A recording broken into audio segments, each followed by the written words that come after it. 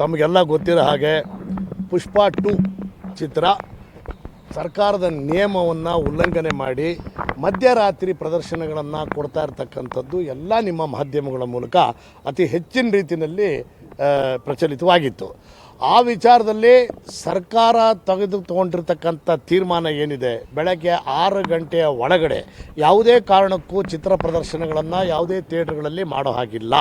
ರಾತ್ರಿ 10:30 ಮೇಲೆ ಯಾವುದೇ ಥಿಯೇಟ್ರ್ಗಳಲ್ಲೂ ಕೂಡ ಟಿಕೆಟ್ಗಳನ್ನು ಇಶ್ಯೂ ಮಾಡೋ ಹಾಗಿಲ್ಲ ಅಂತಕ್ಕಂಥ ಕಾನೂನು ನೀತಿ ಅನ್ನೋದು ಏನಿತ್ತು, ಅದನ್ನು ಧೂಳಿಪಟ ಮಾಡ್ತಾ ಇರ್ತಕ್ಕಂಥ ಕೆಲವು ಥಿಯೇಟ್ರ್ಗಳ ವಿರುದ್ಧ ದಯಮಾಡಿ ಕ್ರಮ ಕೈಗೊಳ್ಳಬೇಕು ಅಂತಕ್ಕಂಥ ಒಂದು ವಿಚಾರವನ್ನು ನಾವು ಕಮಿಷನರ್ ಸಾಹೇಬರಿಗೆ ಒಂದು ಮನವಿಯನ್ನು ಮಾಡಿಕೊಂಡಿದ್ವಿ.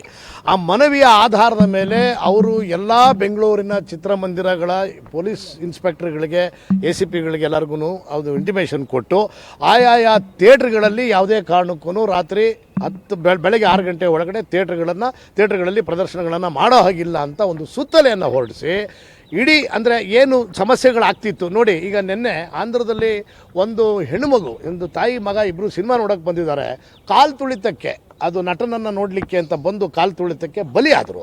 ಆ ಥರದ ಸಮಸ್ಯೆಗಳು ಇಲ್ಲಿ ನಮ್ಮೆಲ್ಲೂ ಆಗಬಾರ್ದು ಅನ್ನೋ ವಿಚಾರದಲ್ಲಿ ಏನು ನಾವು ಮನವಿ ಮಾಡಿದ್ವಿ, ಆ ಮನವಿಗೆ ಸ್ಪಂದಿಸಿ ಕಮಿಷನರ್ ಸಾಹೇಬರು ಎಲ್ಲ ಕಡೆಗೂ ಆ ಒಂದು ಇಂಟಿಮೇಷನನ್ನು ಕೊಟ್ಟಿದ್ದರು. ಹಾಗೆ ನಾನು ಜಿಲ್ಲಾಧಿಕಾರಿಗಳಿಗೂ ಕೂಡ ನಾವು ಒಂದು ಕಾಗದವನ್ನು ಕೊಟ್ಟಿದ್ವಿ. ಈಗ ಇಲ್ಲಿಂದ ಸ್ಟ್ರೈಟ್ ಜಿಲ್ಲಾಧಿಕಾರಿಗಳ ಹತ್ರನೇ ಹೋಗ್ತಾ ಇದ್ದೀವಿ. ಅವ್ರಿಗೆ ಒಂದು ಕೃತಜ್ಞತಾ